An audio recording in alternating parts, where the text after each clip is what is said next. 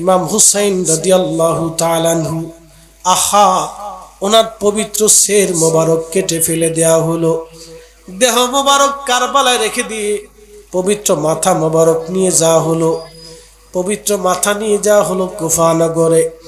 কুফার গভর্নর ছিল উবাইদুল্লাহ ইবনে জিয়াদ।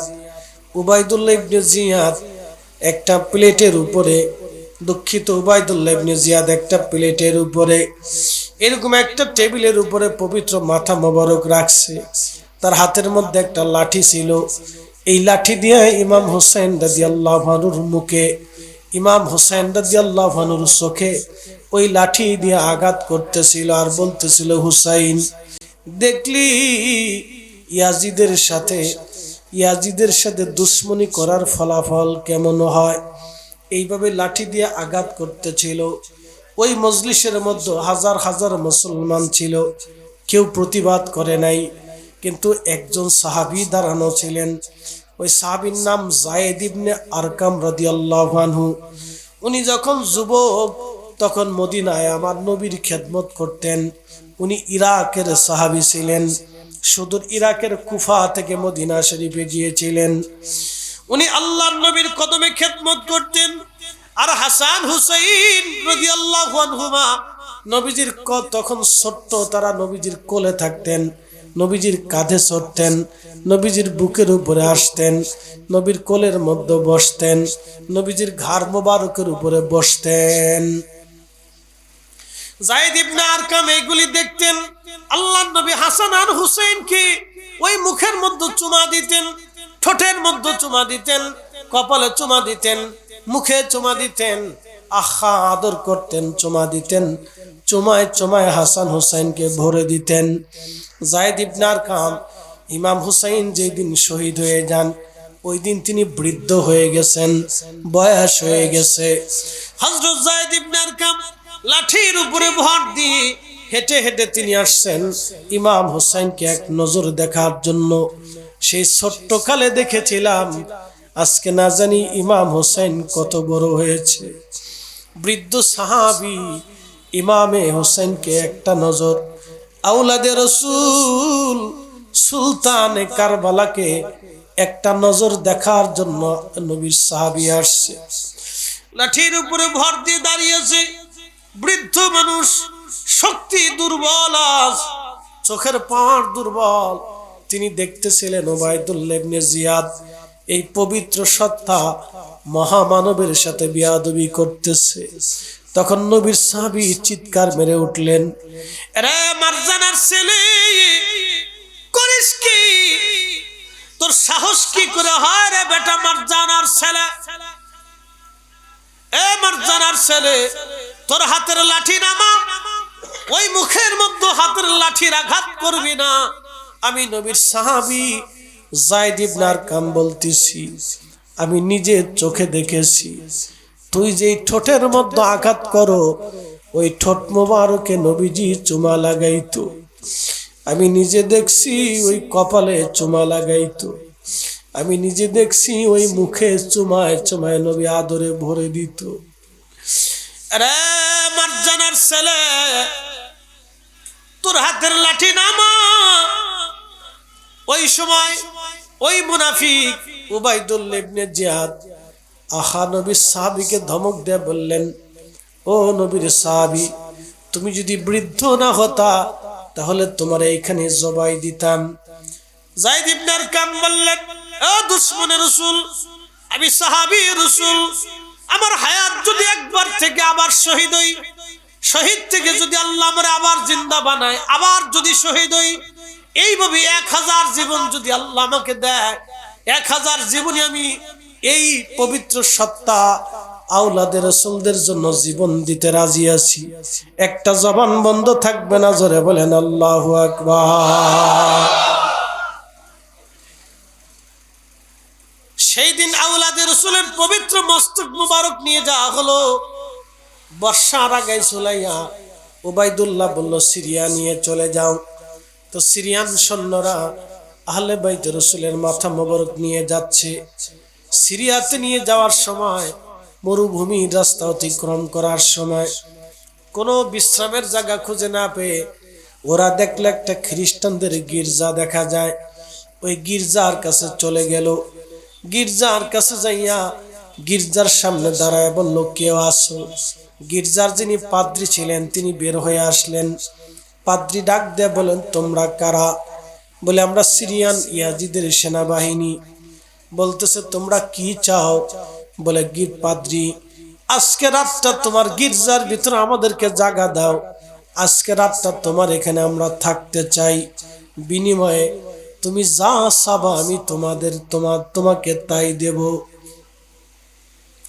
পাদ্রী ডাক দিয়ে বলল, তোমরা সিরিয়ান সৈন্য বুঝলাম, কিন্তু বর্ষার আগায় একটা পবিত্র মাথা ঝুলিয়ে রাখছো, সুন্দর নূরের চেহারা দেখা যায়, খুবই সুন্দর নুরানি চেহারার অধিকারী। আমি মানুষ দেখেছি, এত সুন্দর মানুষ তো আমি দেখি নাই। তোমরা এত সুন্দর মানুষের মাথা কেটে নিয়ে কোথায় যাও? পরিচয় কি দিবা? ওরা বলতেছে, দেখো পাদ্রী, উনি হচ্ছেন আমাদের নবী, উনি হচ্ছে আমাদের নবীর দৌহিত্র ইমাম হুসাইন। কারবালায় ইয়াজিদের বাহিনীর সাথে যুদ্ধে পরাজিত হয়েছেন। ওনার মাথা কেটে বর্ষার আগায় বিদায় আমরা ইয়াজিদের কাছে প্রেরণ করতেছি। পাদ্রী ডাক দে বলে, না মুসলমান, তোরা কিসের মুসলমান রে? তোরা কিসের মুসলমান? আমি খ্রিস্টান, আমি ঈসা রুহুল্লাহর উম্মত, আমি ঈসা নবীকে ভালোবাসি। আমরা খ্রিস্টানরা ঈসা নবীর জুতাও যদি আমরা পাইতাম, ঈসা নবীর সিরা কাপড়টাও যদি আমরা পাইতাম, তাহলে এই জুতার কাপড়টাকে আমরা মহা নিয়ামত বানাইয়া আমরা একবারে সংরক্ষণ করে রাখতাম। আর তোরা এই নবীর দৌহিত্র পাওয়ার পরেও তার মাথা কেটে ফেলেছিস। তোদের মতো নিমক হারাম বেঈমান মুসলমান দুনিয়ার জমিনে আর হতে পারে না। এ বেঈমানের দল, তোদেরকে আমি আমার গির্জার ভিতরে থাকতে দেব আজকে রাতে, কিন্তু আমার একটা শর্ত আছে। বলে, কি শর্ত? বলে, শর্তটা হলো ওই পবিত্র মাথা মোবারক আমার কাছে দিতে হবে। আমি একটা রাতের খেদমত তার করব, পরিচর্যা করব, পরিষ্কার করে দিব। ঠিক তখনই ওই পাদ্রী কথা বলার পরে ওই ইয়াজিদের সৈন্যরা বলল, না, আমরা এই পবিত্র মাথা আপনাকে দেব না। পাদ্রী বলল, যদি দাও রাত্রিবেলা আমার গির্জায় থাকতে পারবা। 2 নম্বর, যদি দাও তাহলে তোমরা শোনো, তোমাদেরকে আমার এই গির্জার ভিতরে 10,000 স্বর্ণ মুদ্রা আছে, এই 10,000 স্বর্ণ মুদ্রা আমি তোমাদেরকে দিয়ে দিব। ওরা চিন্তা করলো, টাকাও পাবো, থাকতেও পাবো, অসুবিধা কি? ঠিক আছে, আমরা রাজি হয়ে গেলাম। বলতেছে, মহিলারা কারা? বলে, এরাও রসুল পরিবারের নারীরা। পাদ্রী বলল, তাহলে একটা রাত নবীর পরিবারের আওলাদদেরকে আমি খেদমত করব, তাদের সেবা শুশ্রূষা করব, খেতে দিব, মেহমানদারি করব। বলে, ঠিক আছে, তাদেরকেও নিয়ে যেতে পারেন। ওই পাদ্রীর গির্জার পাদ্রী এসে হযরত জয়নব রাদিয়াল্লাহু আনহার সামনে দাঁড়াইয়া করজোরে বললেন, আপনি আওলাদে রাসূল, যদিও আমি একজন খ্রিস্টান, কিন্তু আপনার নানাকে মহাব্বত করি, কারণ আপনার নানা অতুলনীয় আদর্শের মানুষ ছিলেন। আপনারা আজকে বিপদগ্রস্ত, তৃষ্ণার্ত, ক্ষুধার্ত, মনে যদি না করেন হযরত জয়নব, আজকে রাতটা আপনি আমার কাছে মেহমান, আপনাদেরকে আজকে মেহমানদারি করব। জয়নব বললেন, ঠিক আছে পাদ্রী, আমরা জায়গা দাও। ভিতরে নিয়ে যাওয়া হলো, সুন্দর পরিবেশে মহিলাদের দায়িত্ব দিয়ে দেওয়া হলো, তারা তাদের পরিচর্যা করতে লাগলেন। ওই পাদ্রী পবিত্র মাথা মুবারক নিয়ে আসছে, নিজের রুমের ভিতরে একটা স্বর্ণের বাসনের উপরে, স্বর্ণের প্লেটের উপরে পবিত্র মাথা মুবারক রাখলেন। আর একটা স্বর্ণের পাত্র দিয়ে পানি ভরে এনে ইমাম হুসাইন রাদিয়াল্লাহু আনহুর পবিত্র মাথায় পানি ঢেলে চুল, দাড়ি মোবারক, মুখ মোবারকে ধুলাবালি, ময়লা কাদা, ধুলাবালি এবং কাদা লাগা ছিল, এগুলি পানি দিয়ে পরিষ্কার করে করে পরিচ্ছন্ন করে দিচ্ছিলেন। রক্ত মোবারক লেগেছিল, পরিষ্কার করে দিচ্ছিলেন। আর কাঁদতেছিলেন আর বলতেছিলেন, হুসাইন, তুমি নবীর দৌহিত্র হওয়ার পরেও তোমার নানার উম্মতরা তোমাকে হত্যা করলো, শুধু হত্যাই করে নাই, তোমার মাথা কেটে নিয়ে চলে আসছে। আমি এইরকম বেঈমান মুসলমান কোনোদিন দেখি নাই। এই কথা বলে নীরবে নির্জনে পাদ্রী চোখের পানি ফেলে দিয়ে কেঁদে ফেললেন। ঠিক আমার আল্লাহ নবীর আওলাদের খেদমতের কারণে, মহাব্বতের কারণে আমার আল্লাহ তার ইমানের দরওয়াজা খুলে দিলেন। ওই পাদ্রী দেখে আল্লাহর আকাশ থেকে একটা নূর মোবারক, ইমাম হুসেন রাদিয়াল্লাহু আনহু চেহারা মোবারক এসে নূর এসে গেছে। একবার জোরে বলা যাবে কি ইয়া রাসূলুল্লাহ। তোমার ওই নাম এই চোখে দেখলাম না, তোমার ওই নাম শুনিলাম এই চোখে দেখলাম না, এই সুর যদি শুনে থাকো একবার দেখা দাও না, এই সুর যদি শুনে থাকো একবার দেখা দাও না। হে রাসূল তোমায় ভালোবাসি অন্তরে শুধু, মুখে নয়, জান্নাতের আশায় নয় হে রাসূল, জাহান্নাম কেউ ডরি না, জান্নাতের আশায় নয় হে রাসূল, জাহান্নাম কেউ ডরি না। ঠিক তখন পাদ্রী দেখে আল্লাহর আকাশ থেকে নূর মুবারক এসে পুরা ঘর নূরে নূরান্বিত হয়ে গেল। জোরে বলেন আল্লাহু আকবার। না না, আরো জোরে বলেন আল্লাহু আকবার।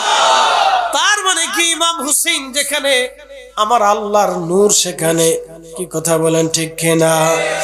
ইমাম হুসেন যেখানে নবী রাহমাতুল লিল আলামিন সেখানে, ঠিক কিনা? ওই নূরের ভিতরে আশ্চর্য দৃশ্যগুলি দেখে পাদ্রী আর স্থির থাকতে পারে নাই। শুধু নূর মোবারক আসে নাই, ওই পাদ্রীর অন্তরে আল্লাহ ইমানের নূর ঢেলে দিলেন। যখন ইমানের নূর ঢেলে দিয়েছে, পাদ্রীর জবান থেকে বের হয়ে আসলো লা ইলাহা ইল্লাল্লাহু মুহাম্মাদুর রাসূলুল্লাহ সাল্লাল্লাহু আলাইহি ওয়াসাল্লাম। তেলের গাড়ি তেলে চলে, হাওয়ার গাড়ি হাওয়ায় উড়ে, বিনা তেলে চালায় গাড়ি নবী সুলাইমান। আমরা সেই মুসলমান, আমরা সেই মুসলমান। হাজীগঞ্জবাসী চিন্তা করেন তো, দয়া করার কারণে, ইহসান করার কারণে আমার আল্লাহর দয়া লাগলো, ওই পাদ্রীর প্রতি আল্লাহর দয়া হলো। আমার নবীর আওলাদদেরকে ইহসান করার কারণে একজন খ্রিস্টান কালেমা পড়নে বলা হয়ে জান্নাতে চলে গেল, আর আমার নবীর আওলাদদের দয়া না করার কারণে ইয়াজিদের সৈন্যরা জাহান্নামে চলে গেল। কি কথা কন না কেন, ঠিক কিনা? শুধু ইয়াজিদের সৈন্যরা কি জাহান্নামে চলে গেল না, ইয়াজিদ নিজেও জাহান্নামে চলে গেল। লানাতুল্লাহি আলাল কাযিবিন, মিথ্যাবাদীদের উপর আল্লাহর লানত। ইন্নাল্লাযীনা ইউযুনাল্লাহু ওয়া রাসূলাহু লানাহুমুল্লাহু ফিদ দুনিয়া ওয়াল আখিরাহ। আল্লাহ বললেন যারা আমাকে কষ্ট দেয়, আমার নবীকে কষ্ট দেয়, খুব মনোযোগ দিবেন। আল্লাহ বললেন যারা আমারে কষ্ট দেয়, আমার নবীরে কষ্ট দেয়, আমি আল্লাহর পক্ষ থেকে তার উপর লানত, দুনিয়াতেও লানত, হাসরেও লানত, কবরেও লানত, মরণেও লানত, আখিরাতেও লানত, ফুলজিরাতেও লানত, হাউজে কাউসারে লানত, দুনিয়াতেও লানত। এই জন্য কেউ যদি নবীরে কষ্ট দেয় সে আল্লাহকে কষ্ট দিল, যে আল্লাহকে কষ্ট দেয় সে নবীকে কষ্ট দিল, যে আহলে বাইতকে কষ্ট দেয় সে নবীকে কষ্ট দিল, যে নবীকে কষ্ট দেয় আল্লাহকে কষ্ট দিল। আর আল্লাহকে কষ্ট দেওয়া মানে লানত প্রাপ্ত হওয়া। এই জন্য এহসান বিল এহসান, দয়ার বিনিময়ে দয়া, দয়ার বিনিময়ে দয়া, দয়ার বিনিময়ে দয়া। আপনি যদি দয়া করেন দয়া পাবেন, যদি দয়া করেন দয়া পাবেন। প্রতিটা নারী কুকুরকে দয়া করার কারণে তার জীবনের গুনাহ মাফ হয়ে গেল। একজন খ্রিস্টান নবী রাহলকে দয়া করার কারণে, ভালোবাসার কারণে খ্রিস্টান কালেমা পড়ে জান্নাতে চলে গেল। এ হাজিরিন, দয়ার বিনিময়ে দয়া, দয়ার বিনিময়ে দয়া। এই জন্য আল্লাহ দয়াশীল। এই জন্য আল্লাহ বললেন লা তাকনাতু মির রাহমাতিল্লাহ, তোমরা আমার রহমত থেকে নিরাশ হইও না। এই জন্য আমরা সবাই আল্লাহর কাছে ধরা, কি কথা কন না কেন, ঠিক কিনা? আমরা আল্লাহর কাছে কি ধরা, আল্লাহর কাছে ধরা, উপায় নাই। প্রশ্ন করবেন ফরিদি হুজুর উপায় কি? উপায় আছে, ভয় নাই। একসাথে বলবেন আল্লাহু আকবার। ভয় আছে, ভয় নাই। যদি কোনোদিন মদিনাতুন মুনাওয়ারাতে যান তাহলে একটা জায়গা পাবেন, এই পাহাড়ের নাম হচ্ছে খন্দকের পাহাড়। খন্দকের পাহাড়ের পিছনে একটা পাহাড় আছে, এই পাহাড়ের নাম জাবাল আবু সিলা। এই পাহাড়ের নাম হচ্ছে জাবাল আবু সিলা। আমরা সাথে না গেলে আপনাদেরকে দেখাইতো না, এটা এটা সবাই চিনেও না। আমি বহু হাজি মুআল্লিমদেরকে বলছি, চিনেও না, কোনোদিন নামও শুনে নাই। হ্যাঁ, এটা আল্লাহর তকদির লাগে। জাবাল আবু সিলা, এখানে সহসা হাজির এই জায়গাটা চিনে না।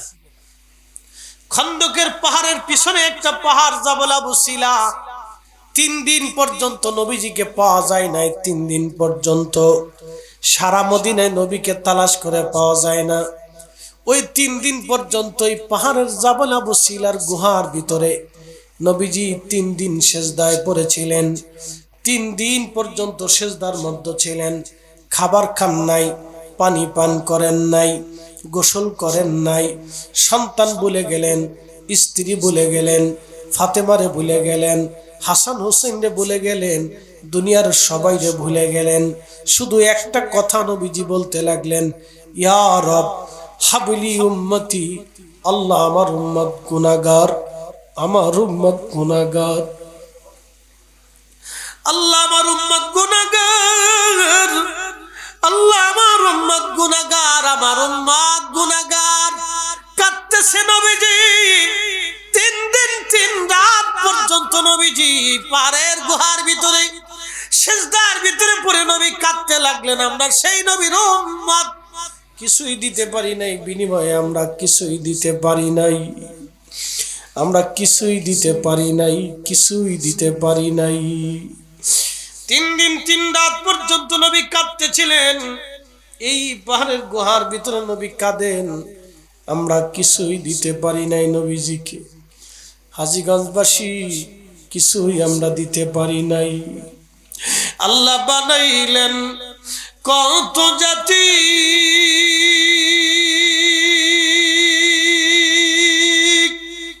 হইল না তোর প্রেম প্রীতি। আল্লাহ বানাইলেন কত জাতি, হইল না তোর প্রেম প্রীতি। অবশেষে মানুষ বানায় প্রেমের কারণে, প্রেমের ডোরি বান্ধরে মদিনার শনে। মানুষ বানাইছে আল্লাহ প্রেমের কারণে, বলেন মানুষ প্রেমের ডোরি বান্ধরে মদিনার শনে। আহা প্রেমের ডোরি বান্ধরে মদিনার শনে। এবার জানোই নবীরে খুশি করতে হবে। প্রশ্ন রাখতে পারেন ফরিদি হুজুর, ওই নবীকে কেমনে খুশি করব? আপনাদেরকে বলে দিয়ে যায়, ভালো করে শুনবেন। নবী খুশি, আল্লাহ খুশি। নবী বেজার, আল্লাহ বেজার। নবী রাজি, আল্লাহ রাজি। নবী যদি আপনারা মাফ করে দেয়, আল্লাহ আপনাকে মাফ করে দেবে। কি কথা কন না কেন? ঠিক আছে নি? ঘুমাইছেনি আপনাদের? জিম টিম আইসেনি? একসাথে করেন আল্লাহু আকবার। লারাসারা দিলে বুঝবো যে আপনারা আসেন। আমার ওয়াজ হলো মিষ্টি। হ্যাঁ, আমার ওয়াজে কিন্তু গম আসে, মনে কিছু নিয়ে না। আমার ওয়াজে কিতা আসে। সিলেটে গেছি ওয়াজ করতে, তো এক ইমাম সাহেব এসে কয়, ফরিদি সাহেব খিতা জাদু খল্লাহ বাসনা। ফরিদি সাহেব খিতা জাদু খল্লাহ বাসনা, তোমার ওয়াজ বাখা মজা লাগে বাসনা। আমি ঘুমের ওষুধ না খাইলে ঘুমাইতাম পারতাম না রে বা। এখন তোমার ওয়াজ শুনিয়া বাখা মজা লাগে, ওষুধ খাওয়া লাগে না রে বা। আমি ওয়াজ শুনিয়া শুনিয়া মজার ঘুম দিয়া লাগে। মারহাবা কান। মানে এ বলতেছে আমি গমের ওষুধ খাই আগে ঘুমাইতাম, অহনার গমের ওষুধ লাগে না। কি জাদু করলা তুমি ওয়াজে, আমি ওয়াজ শুনে শুনে এখন ঘুমাই, আমার আর গমের ওষুধ লাগে না। তাই আমি বললাম গমের ওষুধ যেহেতু লাগে না, তো ওষুধে যে টাকা লাগতো ওইটা তুমি আমার হাদিয়া দিয়ে এলাও।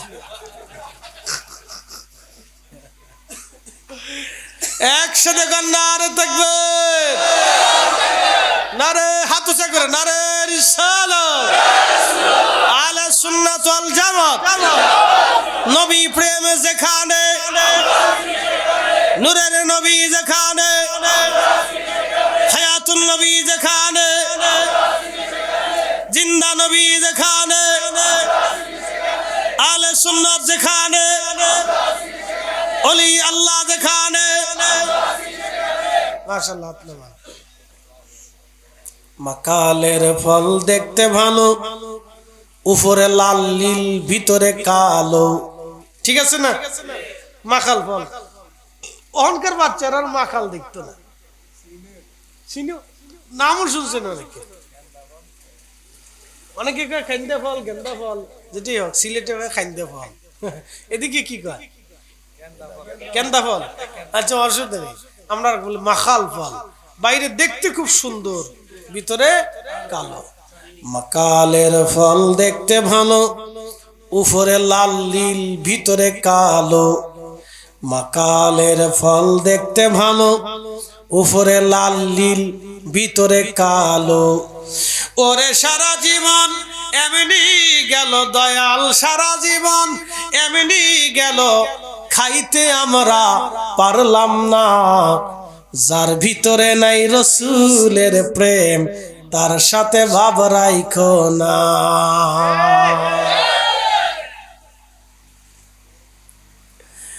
এ হাজীগঞ্জবাসী খুব মনোযোগের সাথে শুনে যাবেন। বাপ বন্ধু আমার, কি চমৎকার কথা, কি সুন্দর কথা। আল্লাহ রসুলের মহাব্বত যদি থাকে, আল্লাহর মহাব্বত হয়ে যায়। নবী প্রেম যদি হয়, আল্লাহ প্রেম হয়ে যায়। নবী যদি রাজি হয়, আল্লাহ রাজি হয়ে যায়। নবী খুশি যদি হয়, আল্লাহ খুশি হয়ে যায়। প্রশ্ন রাখবেন ফরিদি হুজুর, ওই নবীকে কেমনে খুশি করতাম? চিন্তার কোনো কারণ নাই।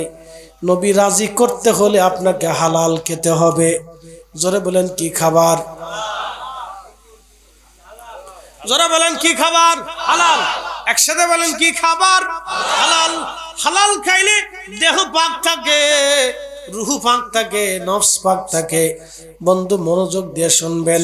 আত্মা পাক, দেহ পাক, আত্মা পাক, দেহ পাক। প্রশ্ন করবেন হুজুর আত্মারে কেমনে পাক বানায়? আত্মার ভিতর গীবত রাখা যাবে না, শিকায়ত রাখা যাবে না, পরনিন্দা রাখা যাবে না, ছগলখুরি রাখা যাবে না, হিংসা রাখা যাবে না, আত্মগরিমা রাখা যাবে না, অহংকার রাখা যাবে না। তাহলে আত্মা পাক হবে। কি পাক হবে? আত্মা পাক হয়ে যাবে। এ মুসলমান ভালো করে শুনে যান, হাজীগঞ্জবাসী আত্মা পাক, দেহ পাক, শরীর পাক, আত্মা পাক যদি আপনি রাখতে পারেন, এরপরে যদি দুরূদ শরীফ আপনি পড়তে পারেন, নামাজে দুরূদ আছে, নামাজে দুরূদ আছে, তার মানে দুরূদ যদি না থাকতো নামাজ কবুল হতো না। তাশাহুদে নবীর সালাম আছে, কতক্ষণ আছে না নি, যদি না থাকতো তাহলে বুঝতেন সার শূন্য। আজানে নবীর নাম আছে, আছে না নি, যদি নবীর নাম না থাকতো সার শূন্য। এই জন্য আল্লাহ আজানে নবীর নাম লাগাই দিলেন। আল্লাহ আল্লাহ কত বড় কৌশলওয়ালা দেখেন, আল্লাহু খায়রুল মাকিরিন। আল্লাহ বলেন আমি বড় কৌশলওয়ালা, কৌশলওয়ালা। প্রশ্ন রাখবেন ফরিদি হুজুর, আল্লাহ কিভাবে কৌশলওয়ালা আপনাদেরকে বুঝায়? বলেন ঢাকার মাগরিব সাতপুরের মাগরিব কি একসাথে হয়? 1-2 মিনিট ডিফারেন্স আছে না? ঢাকার মাগরিব সাতপুরের মাগরিব একসাথে না, ঢাকার মাগরিব আর ওই আপনার চট্টগ্রামের মাগরিব একসাথে না। সূর্য যত পশ্চিমে যায় মাগরিব তত আসতে থাকে, তার মানে 24 ঘন্টায় সূর্য চলমান থাকে। কি কথা কন না কেন? আমাদের দেশে যখন সন্ধ্যা লাগে কানাডায় তখন সকাল হয়, আমাদের দেশে যখন সন্ধ্যা লাগে কানাডায় তখন সকাল হয়। আমাদের যখন সকাল আসে কানাডা তখন সন্ধ্যা লাগে। ভালো করে বুঝে যাবেন।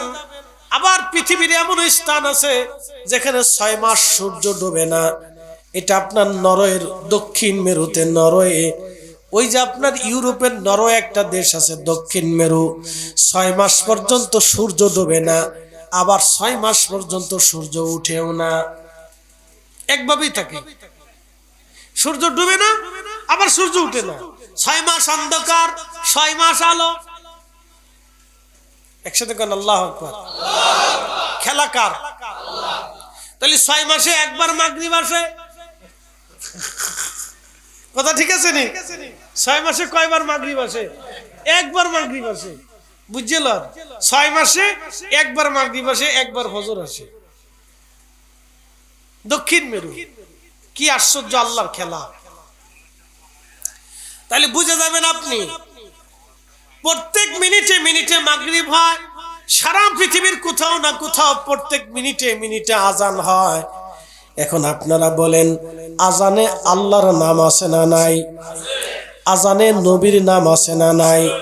তাহলে বোঝা গেল পৃথিবীর কোন মিনিট, আবার শোনেন, জীবনের কোন মিনিট আজান শূন্য থাকে না, আর জীবনের কোন মিনিটও নবীজির নাম দুনিয়া থেকে উচ্চারিত ছাড়া থাকে না। ঠিক কিনা? এটাই আমার নবীর শান। হাজীগঞ্জবাসী এই জন্য আল্লাহ ওয়াজ করলেন, ওরাফানা লাকা যিকরাক, ও নবীজি আমি আপনার জিকিরকে সমুন্নত করেছি। আমার আল্লাহ পাকের জিব্রাইল আসলেন নবীজির কদমে। তাফসীর আবু হাতিম তাফসীরে তাবারির ভিতরে আসছে, জিব্রাইল আমিন এসে বলেন হুজুর আয়াতের তাফসীর কি আপনি জানেন নি?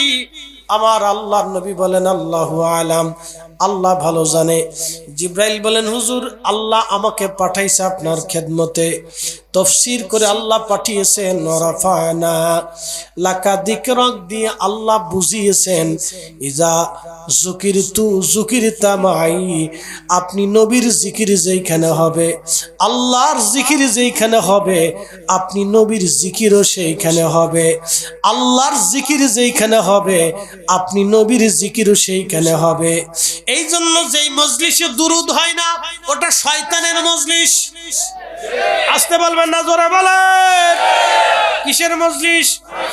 যেই মজলিসে নবীর দুরূদ নাই মজলিস হলো শয়তানের মজলিস। কথা ঠিক আছে নি?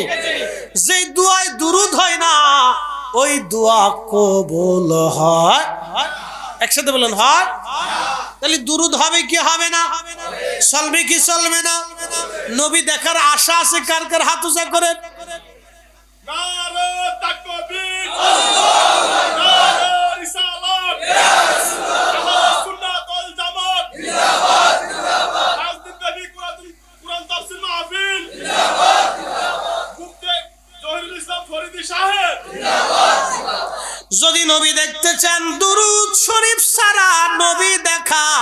যাবে না। কি কথা কন না কেন? দুরূদ শরীফ ছাড়া নবী দেখা যাবে না, যাবে না, যাবে না। কিন্তু আফসোস, তারা হিকমত দিয়ে ফতোয়া মাইরা আমার নবীর দুরূদ বন্ধ করে দেওয়ার জন্য চেষ্টা করতেছে।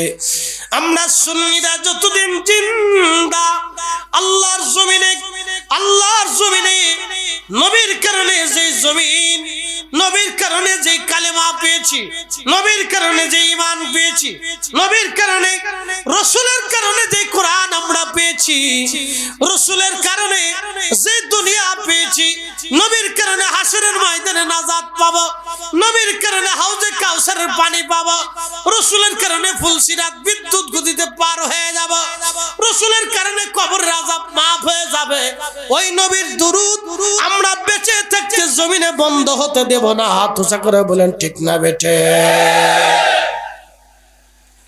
নবীর দুরূদ পর দিলে দিলে তোমরা, নবীর দরদ পর দিলে দিলে হৃদয় খুলে, নবীর দরদ পর দিলে দিলে গর্বেতে রাসূল দিওয়ানা চির পাইলেন না, মায়া মেনা খবর দিল জিবরাইল আমিনে, হায় হায় খবর দিল জিবরাইল আমিনে, রাইখো মনে নবীর দরদ পর দিলে দিলে তোমরা, নবীর দরদ পর দিলে দিলে হৃদয় খুলে, নবীর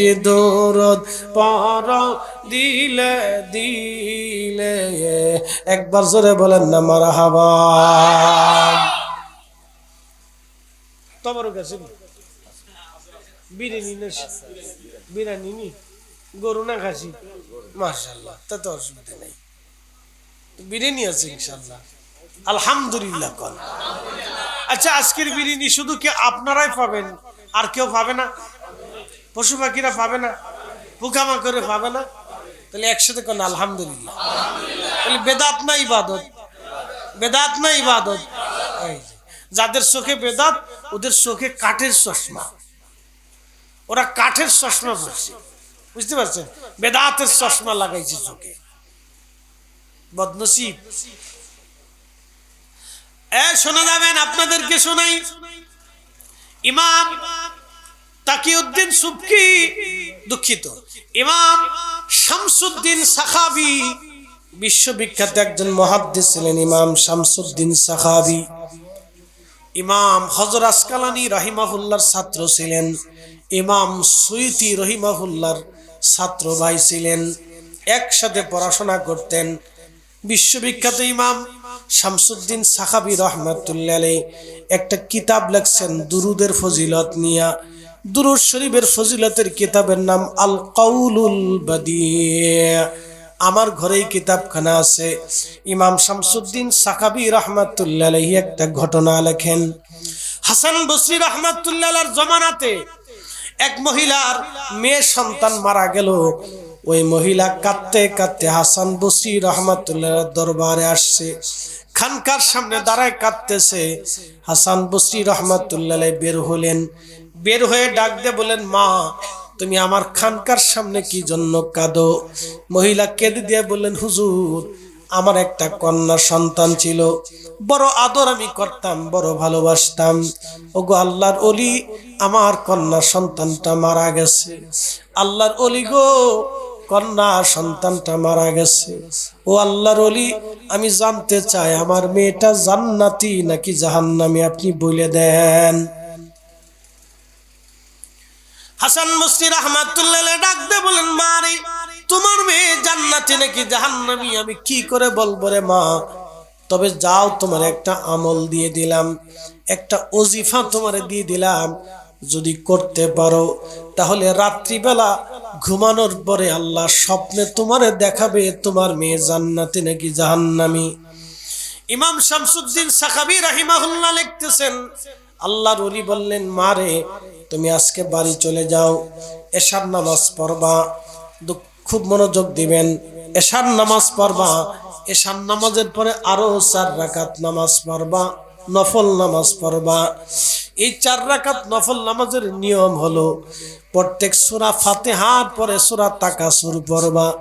আল্লাহাকুমুত তাকাসুর হাত্তা সুরতুমুল মাকাবির কাল্লা সাউফা তা'লামুনা সুম্মা কাল্লা সাউফা তা'লামুন। এই সূরার নাম সূরা তাকাসুর। এই সূরাখানা প্রত্যেক সূরা ফাতিহার পরে এই সূরাটা পড়বা, 4 রাকাত নামাজ পড়বা, 4 রাকাত নামাজে সূরা তাকাসুর পড়বা। এই সূরা তাকাসুর দিয়ে 4 রাকাত নামাজ শেষ করার পরে রে মা তুমি তাসবিহ হাতে নিবা। ঘুমোতে যাওয়ার আগ পর্যন্ত তুমি দুরূদ শরীফ পড়তে থাকবা। দুরূদ শরীফ পড়তে পড়তে পড়তে পড়তে তুমি ঘুমায় যাবা। ঘুমে স্বপ্নের ঘরে তুমি দেখবা আল্লাহ তোমাকে দেখাবে তোমার মেয়েটা জান্নাতি নাকি জাহান্নামী।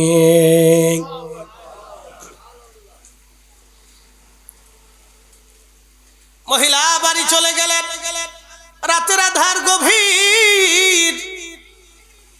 এশার নামাজ পড়ে অতিরিক্ত 4 রাকাত নফল পড়লেন। সূরা ফাতিহার সাথে সূরা তাকাসুর দিয়ে ওই মহিলা নামাজ আদায় করলেন, তাসবিহ খানা হাতে নিলেন, দুরূদ শরীফ পড়তে লাগলেন। এই মহিলা দুরূদ শরীফ পড়তে পড়তে পড়তে পড়তে এই মহিলা রাত্রিবেলা ঘুমিয়ে পড়লেন। দুরূদ শরীফ পড়তে পড়তে এই মহিলা রাত্রিবেলা ঘুমিয়ে পড়লেন। স্বপ্নের ঘরে দেখতেছি, স্বপ্নের ঘরে মহিলা দেখতেছি আল্লাহর জাহান্নাম দেখা যায়। জাহান্নামের লেলিহান শিকার ভিতরে তার মেয়েটা, জাহান্নামের লেলিহান আগুনের ভিতরে তার মেয়েটা পড়ে পড়ে চিৎকার মেরে মেরে কাঁদে, কয় মা, ও মা, আমি আজকে জাহান্নামের জেলখানার মধ্যে বন্দী হয়ে গেছি মা। মাগো, আমি আজকে বন্দী হয়ে গেছি রে মা। ও মা, তুমি আজকে আমার জন্য একটা ব্যবস্থা করো। মারে, আমি জাহান্নামের জেলখানায় বন্দী রে মা। মহিলা কাঁদতে লাগলো স্বপ্ন দেখে। ঘুম ভেঙে গেল, তাহাজ্জুদের নামাজ পড়লো। নামাজ শেষ করার পরে মহিলা ফজরের নামাজ পড়লো। নামাজ শেষ করে হেঁটে হেঁটে হযরত হাসান বসরি রাহমাতুল্লাহের দরবারে আবার আসলো।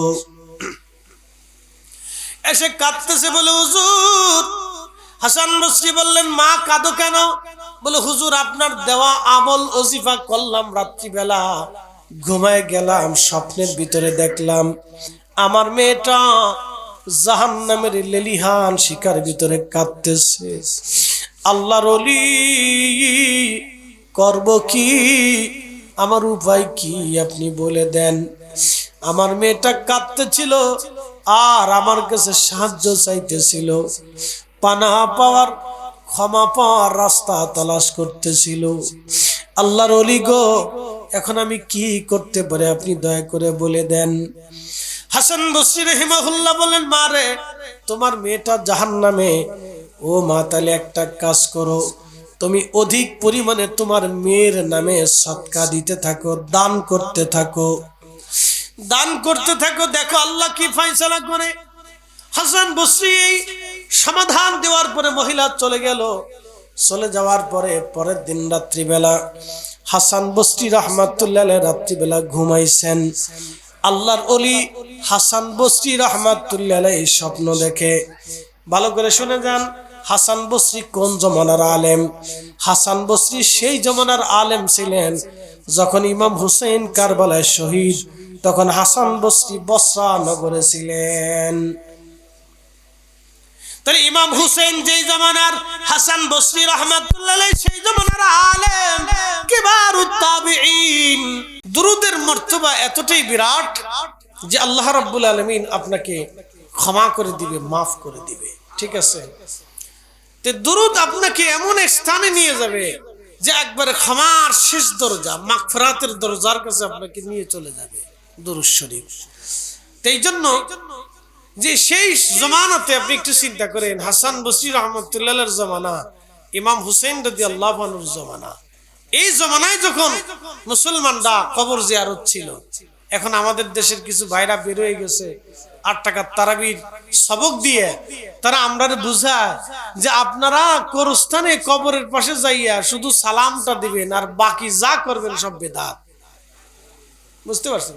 কালেকশন আছে, হ্যাঁ, তো কোনটা করতে হবে? মসজিদের জন্য। আচ্ছা, এটা কি মসজিদ? মাশাআল্লাহ, মাশাআল্লাহ, বলেন আলহামদুলিল্লাহ।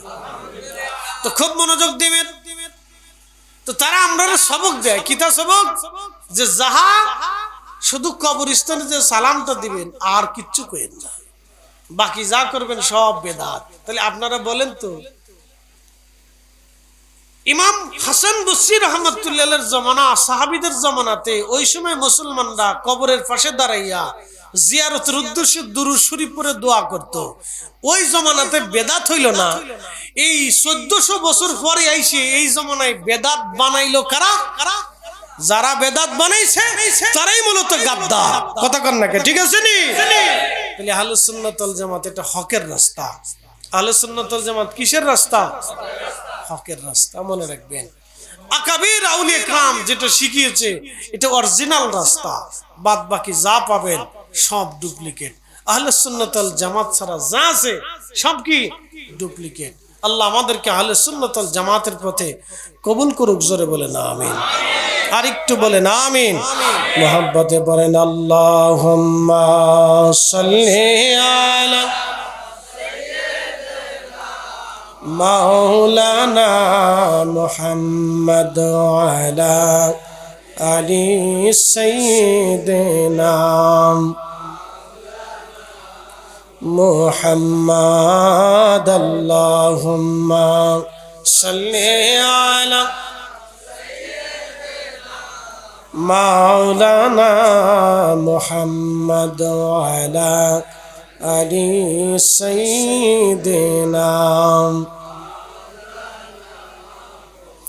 বাড়ি বাড়ি কররে মনে বাড়ি ঘর তোমার নাম, বাড়ি বাড়ি কররে মনে বাড়ি ঘর তোমার নাম। যে বাড়িতে শুইবারে মন কবর তাহার ঠিকানা। আল্লাহুম্মা, হ্যাঁ জবান খুলে, মাওলানা মুহাম্মদ সাইয়্যিদিনা মাওলানা। পবিত্র মাথা মোবারক নিয়ে যাওয়া হলো সিরিয়া। কোন জায়গা? সিরিয়ায় নিয়ে যাওয়া হলো। সিরিয়ার যিনি বাদশাহ, তার তো নাম শুনেছেন ইয়াজিদ। যারা ইয়াজিদের নামের পিছনে রহমতুল্লাহ লাগাইতে চায় ওরাই হলো অরিজিনাল আল্লাহর নবীর দুশমন। সিরিয়ায় নিয়ে যাওয়ার পরে কারবালার ওয়াজ শুনেন, তাহলে কালেকশন হইতো, বুঝছেন? যদি সিরিয়ায় নিয়ে চলে গেলেন, সিরিয়ান নিয়ে চলে যাওয়ার পরে ইমাম হুসেন রাদিয়াল্লাহু তাআলা আনহুর পবিত্র মাথা মোবারক যখন নিয়ে গেল, তখন ইয়াজিদের রাজ দরবারে নিয়ে যাওয়ার পরে, ইয়াজিদের রাজ দরবারে যখন নিয়ে গেল, ইয়াজিদ হুকুম দিল এই পবিত্র মাথা মোবারক সারা দামেস্ক দিয়ে ঘুরাই ওরাও, সারা দামেস্কের অলিগলি দিয়ে মাথা মোবারক ঘুরাও, যেন ইয়াজিদের সাথে কেউ দুশমনি করতে না পারে। বুঝল?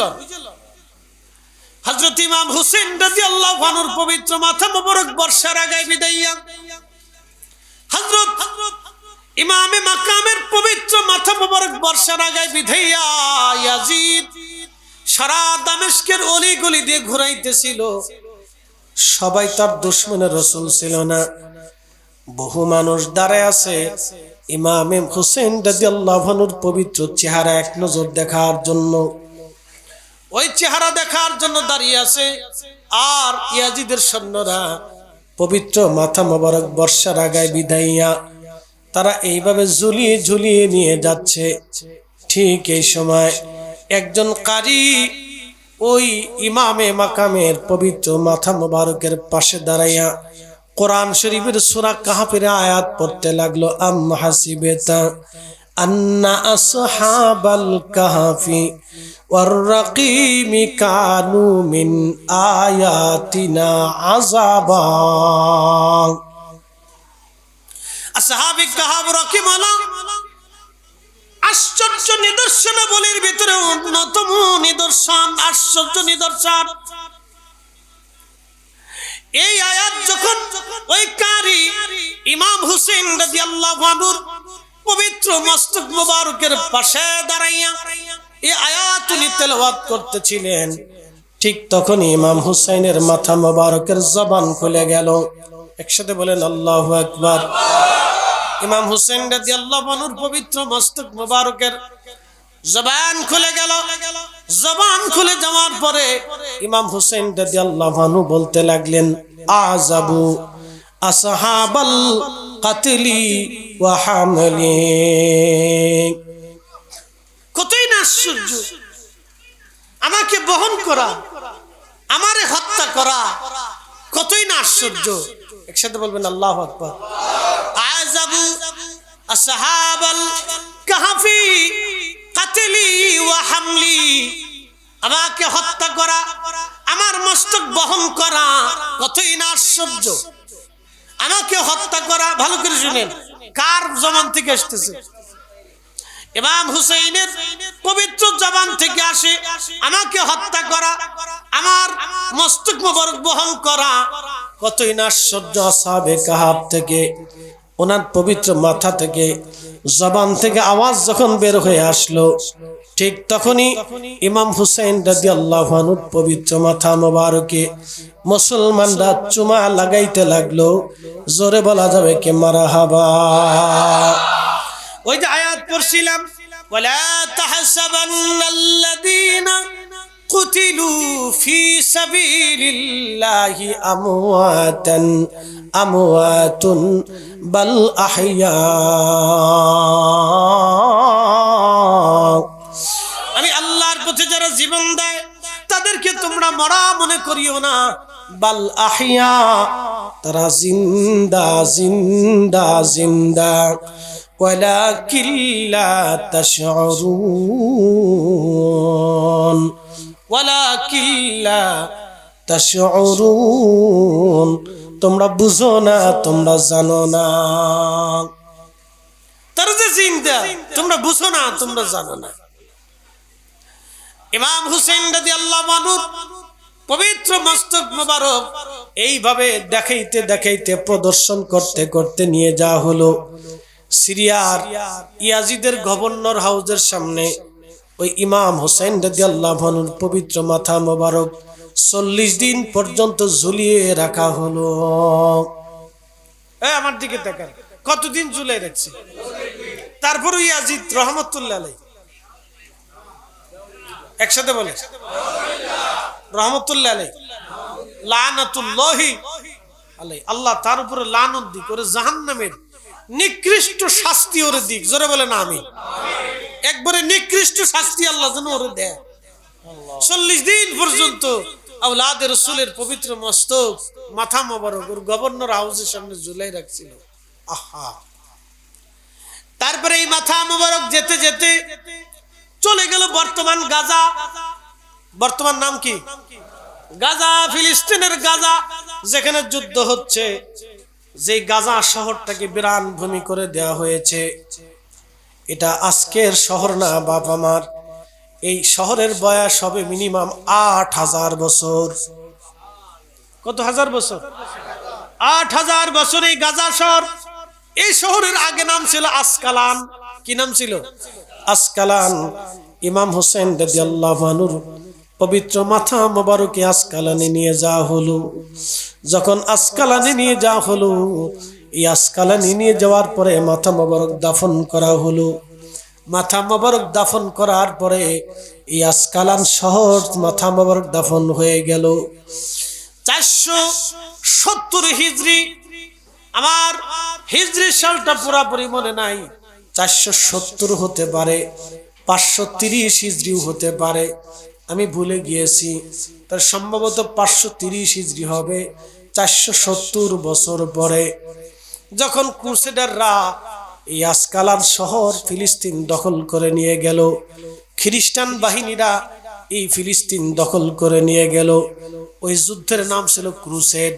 খ্রিস্টানরা বলল আমরা ধর্মযুদ্ধ করলাম, লক্ষ লক্ষ মুসলমানের জীবন ওরা কেড়ে নিল, একটা নিরাপরাধ দেশের উপরে তারা যুদ্ধ চাপাই দিল। বর্তমান আমেরিকা যেমন ইরানের উপর যুদ্ধ চাপাই দিয়েছে, ওই জালিম ইসরায়েল যেমন ফিলিস্তিনিদের উপরে যুদ্ধ চাপিয়ে দিয়েছে, ওই রকম যুদ্ধ ওরা চাপিয়ে দিল। কঠিন যুদ্ধে লক্ষ লক্ষ মুসলমানের জীবন চলে গেল। বাইতুল আকসা খ্রিস্টানরা দখল করে নিয়ে চলে গেল। ভালো করে বুঝবেন, ওই আসকালান গাজায় এই অঞ্চলগুলি তাদের দখলে চলে গেল। মিশরের যিনি গভর্নর ছিলেন তিনি প্রস্তাব দিলেন, মিশরের গভর্নর তিনি প্রস্তাব দিলেন, ওই খ্রিস্টান প্রধানের কাছে বললেন তোমরা আমাদের ইমামের মাথা মোবারক দিয়ে দাও। খ্রিস্টানরা বলল তোমাদের ইমামের মাথা দিয়ে আমি আর কি করব, কিন্তু মাথা নিতে পারো, শর্ত একটা আছে, আমাকে 30,000 স্বর্ণ মুদ্রা দিতে হবে। তৎকালীন জমানার 30,000 স্বর্ণ মুদ্রা বর্তমানে 30,000 কোটি ডলার হবে। এই সমপরিমাণ অর্থ খ্রিস্টানদেরকে দিয়ে ইমাম হুসেন রাদিয়াল্লাহু আনহুর মাথা মোবারক আনতে গেল। মিশরের গভর্নর গেল, আমির ওমরারা গেল, রাজা বাদশারা গেল, বড় বড় আলেম ওলামারা গেল। তারা নগ্ন পায়ে, খালি পায়ে, সম্মানের সাথে, আদবের সাথে ইমাম হোসেন রাদিয়াল্লাহু আনহুর পবিত্র রওজা মোবারকে গেল। রওজা মোবারকে যাওয়ার পরে পবিত্র রওজা মোবারকে যখন গেল, রওজা মোবারকের উপর থেকে মাটি সরাইতে লাগলো।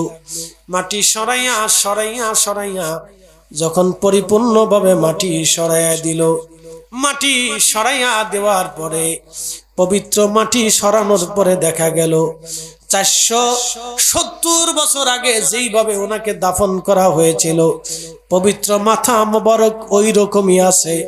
ঠোঁট নষ্ট হয় নাই, চেহারা নষ্ট হয় নাই, চুল নষ্ট হয় নাই, মাথা মোবারক নষ্ট হয় নাই, চোখ নষ্ট হয় নাই, পোকায় ধরে নাই, মাটিতে খায় নাই, ময়লা লাগে নাই, চেহারার নুরানিয়ত নষ্ট হয় নাই, রক্ত তখনও তাজা, বেহেশতের ঘিরান তখনও ইমামে মাকামের পবিত্র মাথা মোবারক থেকে জান্নাতের ঘিরান আসতে লাগলো।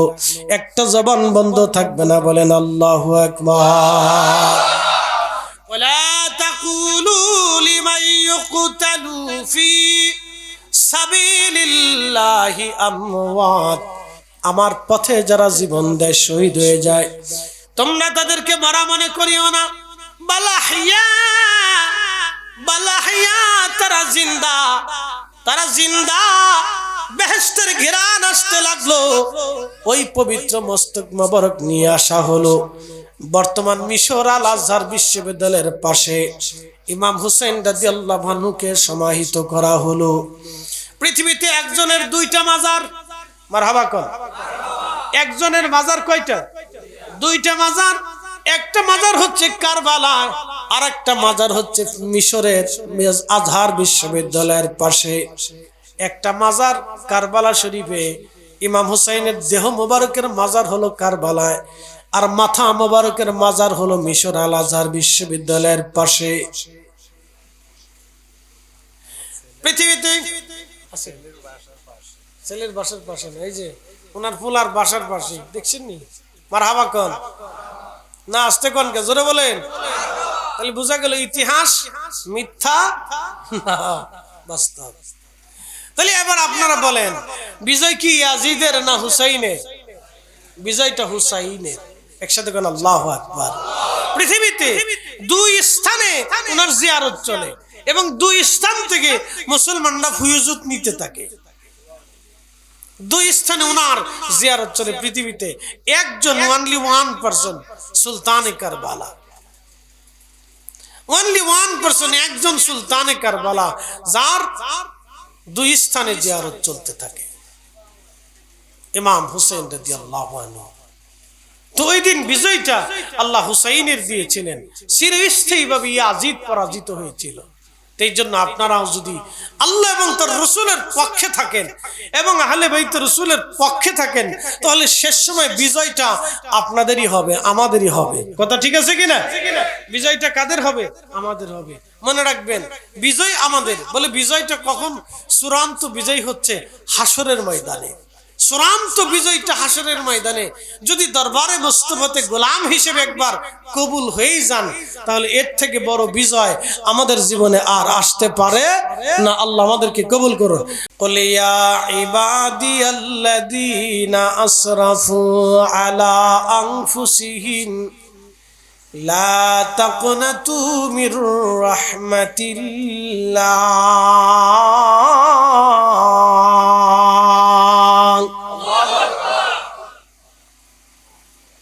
কুল হুজুর, আপনি বলেন, হে আমার বান্দারা, তোমরা যারা নিজেদের নফসের সাথে জুলুম করছো।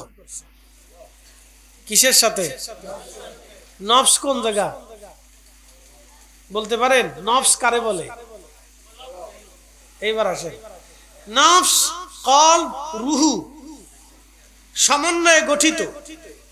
মানুষের শরীরের সাথে যেমন চোখ আছে, নাক আছে, জবান আছে, হাত আছে, মাথা আছে, রুহু আছে, আছে না নি? এইরকম নফস, রূহ, কলব একসাথে জড়িত। আল্লাহ বললেন,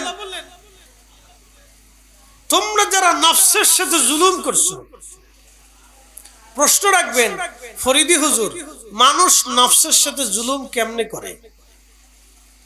আচ্ছা, আপনাদেরকে আরেকটু প্রশ্ন করি, মনোযোগ দিবেন। মানুষ যে মারা যায়, বডি কি আল্লাহর কাছে যায় না রুহু আল্লাহর কাছে যায়? বুঝছে কন না? না বুঝছে কন? বুঝছেই তো কইছে। আচ্ছা, তাহলে বুঝে গেলে আপনারা ওয়াজ জানেন। কে লেগে জানেন? আপনারা তরিকা বুঝেন বিদায় এর লেগে ওয়াজটা জানেন যে মানুষের বডি কিন্তু দুনিয়াতে আল্লাহর কাছে যায় না, কিন্তু রুহু চলে যায়। মালাকুল মউত রুহুটারে নিয়ে আল্লাহর কাছে পৌঁছে, আল্লাহ তোমার এই গোলাম রে ধরে নিয়ে আইছি। কথা ঠিক কিনা? তোমার এই গোলাম রে ধরে নিয়ে চলে আইছি, আল্লাহ এই যে পৌঁছাই দিলাম। এটা ধরে নিয়ে আইছি।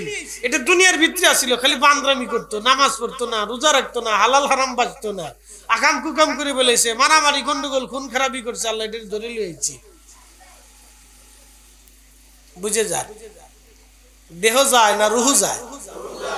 দেহ যায় না রুহু যায়? আল্লাহর বক্তব্য কি দেহের সাথে না রুহের সাথে? রুহের সাথে। এই রুহের সাথে নাফসের সংমিশ্রণ। এই জন্যই নাফসি রুহু, রুকি নাফস একটা আরেকটার ধরে যদি থাকেন কোনো অসুবিধা নেই। যেমন মানুষের বডি এবং রুহু একসাথে। কথা ঠিক আছে না? একসাথে কি বলে? মানুষ কয়। একসাথে কি কয়? মানুষ কয়। শুধু রুহুরেও মানুষ কয় না, শুধু বডিরও মানুষ কয় না, রুহ আর বডির সংমিশ্রণটাকে কয় মানুষ। তো নাফস এবং রুহু ওই রকম আর কি। তো খুব মনোযোগ দেন। আল্লাহ রাব্বুল আলামিন আমাদেরকে বললেন, যদি তোমরা নাফসের সাথে জুলুম করো, লা তাকনাতু মির রাহমাতিল্লাহ, তোমরা আমার রহমত থেকে নিরাশ হইও না। একসাথে কোন আল্লাহু আকবার। কে বলছে? তাহলে আল্লাহর রহমত বড় না গজব বড়? জোরে কোন। রাগ বেশি না দয়া বেশি? রাগ বেশি না দয়া বেশি? ক্ষমা বেশি না রাগ বেশি? তাহলে ক্ষমা চাওয়া লাগবে কিনা? ক্ষমা করে কে? ক্ষমা চাবে কে? এটা আল্লাহ ওইসে কাজ। ক্ষমা করে কে? ক্ষমা চাবে কে? ক্ষমা আমরা চাবো। কথা ঠিক আছে নি? তাহলে আজকে দোয়া বন্ধ করলো কারা? আমি কিন্তু সূত্রে ফেলাই দিছি। তাহলে দোয়া বন্ধ করলো কারা? যারা দোয়া বন্ধ করতে আসছে আমাদের আর বুঝার বাকি নাই, তারাই মূলত শয়তানের এজেন্ডা বাস্তবায়নের জন্য আসছে। কথা বলেন ঠিক না বেটে? আর আমরা শয়তানের এজেন্ডা বাস্তবায়ন করতে দেব না। হিসাব সহজ।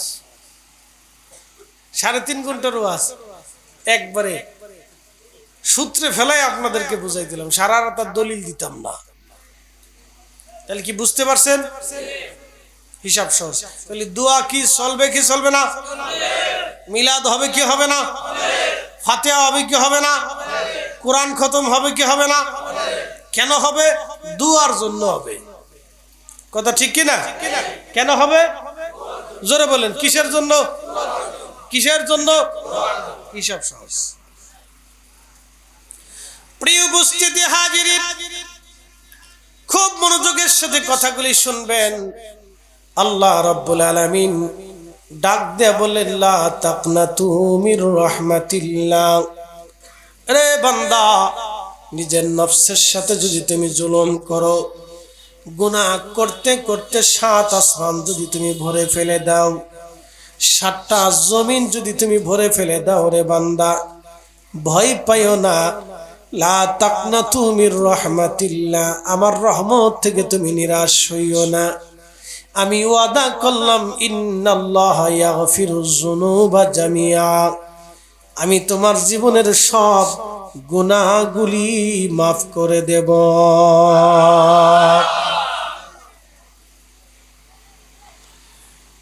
হাজীগঞ্জবাসী, প্রিয় নবী সহিহ বুখারীর মধ্যে বলেন, এক পতিতা নারী টাকার বিনিময়ে দেহ ব্যবসা করত। আপনি বুঝেন, একটা নারী পতিতা টাকা দিলে তার শরীর এবং মন একজন পুরুষকে দিয়ে দেয়। তার ভিতরেও নাপাক, বাহিরেও তার নাপাক, অন্তরও তার নাপাক, দেহও তার নাপাক। শুধু টাকার কারণে এই নারীটা কত পুরুষের শয্যাশায়ী হয়েছে, জীবনে তার কোনো হিসাব নাই। সমাজের কোন ব্যক্তিকে যদি বলা হয়, মুরব্বী বাবা, আপনার ছেলেটার জন্য একটা পতিতা নারী আমরা দেখেছি, যত সুন্দরী হোক না কেন, যত অর্থওয়ালা হোক না কেন, যত টাকাওয়ালা হোক না কেন, যত শিক্ষিত হোক না কেন, ওই বাবাটা তার সন্তানকে পতিতা নারীর সাথে দিয়ে দেবে না। কারণ সমাজে নিগৃহীত, ঘৃণিত, রাষ্ট্রেও সে ঘৃণিত। ও মুসলমান, কিন্তু পতিতা নারীও আল্লাহর দরবারে সম্মানিত হতে পারে। একসাথে কন্যা আল্লাহু আকবার। প্রশ্ন রাখবেন ফরিদি হুজুর, পতিতা নারী কি করে আল্লাহর কাছে সম্মানিত হবে? কারণ আল্লাহর একটা নাম আছে রহমান, আল্লাহর একটা নাম আছে রহিম, আল্লাহর একটা নাম আছে রহমান, আল্লাহর একটা নাম আছে রহিম। কখনো তোমাকে যদি ভুলি, কখনো তোমাকে যদি ভুলি, হেদায়েতের আলো জেলে নিয় কাছে তুলি, চাই দিও প্রিয়তম ওগো মহিয়ান,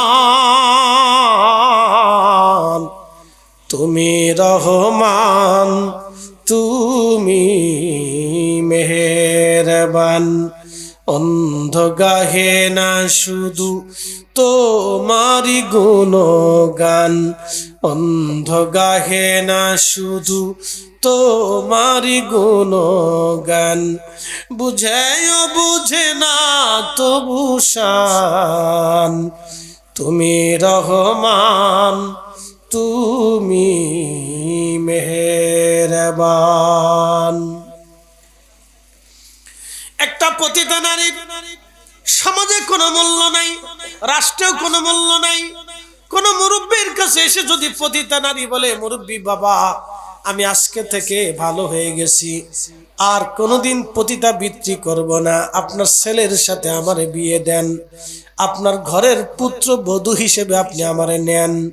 কিন্তু না, কোনো বাবা তার ঘরে পতিতা নারীকে বউ হিসেবে আনবে না। কি কথা কন না কেন? আনবে আনবে না? হাজিরিন, ভালো করে শুনে যান। আপনি কোন পতিতা নারী যদি কোন স্কুলে টিচারি করতে আসে আর হেডমাস্টারকে বলে আমি পতিতা বৃত্তি করতাম, ভালো হয়ে গেছি, আর পতিতা বৃত্তি করব না, আপনারা আমার স্কুলে একটা চাকরি দেন, কোন হেডমাস্টার এটা জানার পরে চাকরি দেবে না। কারণ এই পতিতা নারী ভালো হয়ে গেছে, বিশ্বাস কেমনে করব? সমাজে তার দাম নাই, রাষ্ট্রে তার মূল্য নাই, কিন্তু পরিবারেও তার মূল্য নাই, কিন্তু একটা জায়গা তার মূল্য হতে পারে, তিনি আল্লাহ আল্লাহ আল্লাহ। দুনিয়াতে তওবা করলে মানুষ তাকে না মানতে পারে, কিন্তু খোদার দরবারে তওবা করলে আমার আল্লাহ বলছেন, বান্দারে আমার রহমত থেকে নিরাশ হইও না, আমি তোমার গুনাহ মাফ করে দিয়ে আমি আল্লাহ পতিতারেও ওলি বানায় নিতে পারে। একবার আওয়াজ তুলে বলা যাবে কি আল্লাহু আকবার? শুনেন, তিনি রহমান, তিনি রহিম, তিনি রহমান, তিনি রহিম, তিনি গফফার, তিনি গফুর, তিনি আল্লাহ, তিনি সেই আল্লাহ, তিনি সেই আল্লাহ। পতিতা নারী দাঁড়িয়ে আছে, টাকার বিনিময়ে দেহ ব্যবসা করবে, কাস্টমারের জন্য দাঁড়ানো। ঠিক এমন সময় দেখলো একটা কুকুর হাঁপায়া হাঁপায়া জিহ্বা বের করে দৌড়ায় দৌড়ায় যায়। ওই পতিতা নারীর মনে মায়া লাগলো, আহারে কুকুরটা তৃষ্ণার্ত, এই কুকুরটারে পানি পান করানোর দরকার। এই চিন্তা করে তার পায়ের মধ্যে মোজা ছিল, চামড়ার মোজা খুলে এই মোজাটা রশি বেঁধে এই পতিতা নারী কুয়ার ভিতর থেকে পানি উঠাইলো। আরবের জমিনে পানির বড় কঠিনত্বতা আছে, পানি বড় দুষ্প্রাপ্য। আহাই পতিতা নারী পানি উঠাইয়া ওই কুকুরটাকে পানি পান করাইলো। আল্লাহর নবী সহিহ বুখারীর মধ্যে নবীজি বলতেছেন, আমার উম্মতেরা রে, এই পতিতা নারী কুকুরটাকে পানি পান করানোর জন্য আমার আল্লাহর কাছে মায়া লাগলো, আমার আল্লাহর কাছে ভালো লাগলো। আমার একজন নিকৃষ্ট বান্দি একটা কুকুরকে পানি পান করাইছে। ভালো করে বুঝে যান, ওই মহিলাও কিন্তু নিকৃষ্ট, কারণ পতিতা বৃত্তি করা নারী, তার তো সমাজে কোনো দাম নাই, রাষ্ট্রেও কোনো দাম নাই, পরিবারেও কোনো মূল্য নাই। কিন্তু এই পতিতা নিকৃষ্ট নারী পান করাইলো পানি কুকুরকে। কুকুরটা আবার কি, কুকুরের ভিতরেও নাপাক, বাইরেও নাপাক। কথা ঠিক আছে কিনা? কুকুরের ভিতরেও নাপাক, বাইরেও নাপাক। এই প্রাণীটাকে পানি পান করানোর কারণে এক পতিতা নারীর ভাগ্য খুলে গেল। আমার আল্লাহ ডাক ডাক, আমার বান্দি আমার একটা মাখলুকরে দয়া করছে, দয়া দয়া দয়া দয়া। প্রশ্ন করি, জবাব দিবেন, আমাদের দয়া বেশি না আল্লাহর দয়া বেশি? এতে কি কোনো সন্দেহ আছে? আরো জোরে বলেন আছে। আল্লাহর দয়া বেশি। আল্লাহর নবী বলতেছে, ঠিক ওই সময় আমার আল্লাহ ওই পতিতা নারীর সারা জীবনের গুনাহগুলি মাফ করে দি। আমার আল্লাহ পতিতা নারীরে পবিত্র বানাইয়া আমার আল্লাহ তারে জান্নাতি বানায় দিয়েছে। একটা জবান বন্ধ হবে না, চিৎকার মেরে বলেন আল্লাহু আকবার।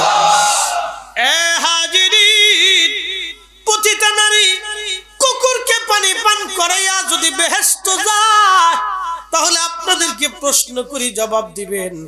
আমাদের মিলাদ শরীফে মিলাদুন নবীর মাহফিলে তাবারক হয়, জোরে বলেন হয় কি হয় না? আচ্ছা বলেন, শুধু মানুষে খায়, কুকুরে কি খায় কি খায় না?